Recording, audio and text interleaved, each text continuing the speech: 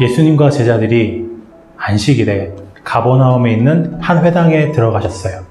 안식일의 회당에서는 서기관들, 즉 율법학자들에 의해 율법이 강독되어집니다. 예수님은 그 회당에서 율법학자들이 하는 것처럼 사람들을 가르치셨어요. 그런데 그 결과는 그들과는 달랐습니다. 듣는 사람들이 예수가 가르치는 교훈에 놀랍니다. 그가 가르치시는 것이 서기관들과 같지 아니하였다고 말해요. 서기관들은 율법의 전문가들이었어요. 그들은 그 율법을 백성들에게 가르쳤지만 그것을 마치 아무런 생명이 없는 것처럼 전합니다.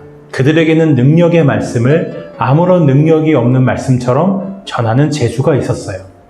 사람들은 그 말씀을 들을수록 하나님을 경외하게 되는 것이 아니라 오히려 하나님을 향한 경외심을 잃어가고 자신들의 의를 의지할 뿐이었습니다. 서기관들의 가르침은 사람들의 마음에 아무런 영향을 주지 못했어요. 하지만 예수님의 가르침은 달랐습니다. 예수님의 가르침에는 권위가 있었어요. 말씀이 육신이 되어 우리 가운데 거하심에 우리가 그의 영광을 보니 아버지의 독생자의 영광이요 은혜와 진리가 충만하더라. 예수님은 영원하신 말씀입니다. 모든 만물을 있게 한 말씀이며 그 말씀이 육신이 되어 우리 가운데 오셨습니다. 예수님은 죄로 어그러지고 파괴된 세상을 구속하시기 위해 오신 하나님의 말씀이에요. 예수님의 가르침에는 하나님의 권위가 있었어요. 거룩함과 생명과 능력이 있었습니다. 그때 마침 회당에 더러운 귀신 들린 사람이 있었어요. 남자 안에 있는 귀신은 예수님이 회당에 오셔서 가르치시자 괴로워합니다. 귀신은 예수님이 자신을 멸할지 모른다는 두려움을 가져요.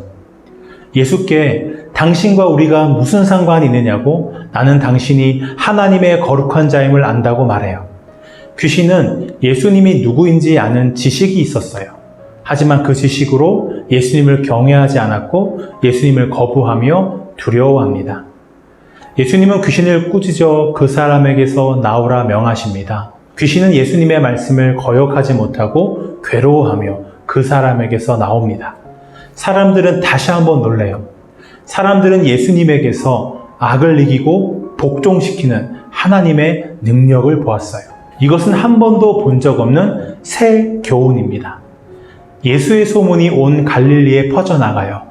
내 안에도 남자 안에 있던 귀신과 닮은 것이 있습니다. 은밀하고 나를 통제하고 내 안에서 떨어져 나가지 않으며 내 힘으로는 쫓아낼 수 없는 죄가 내 안에 있어요. 예수님은 그 죄를 멸하시기 위해 우리 가운데 오셨고 십자가에서 죽으셨으며 죽음을 이기시고 부활하셨습니다. 새 교훈이신 예수님의 말씀이 나에게 선포될 때 죄는 떠나가고 소멸됩니다. 그것을 믿고 내 마음의 회당에 오신 예수님의 말씀을 겸손하게 듣고 받아들이는 우리가 되기를 소원합니다.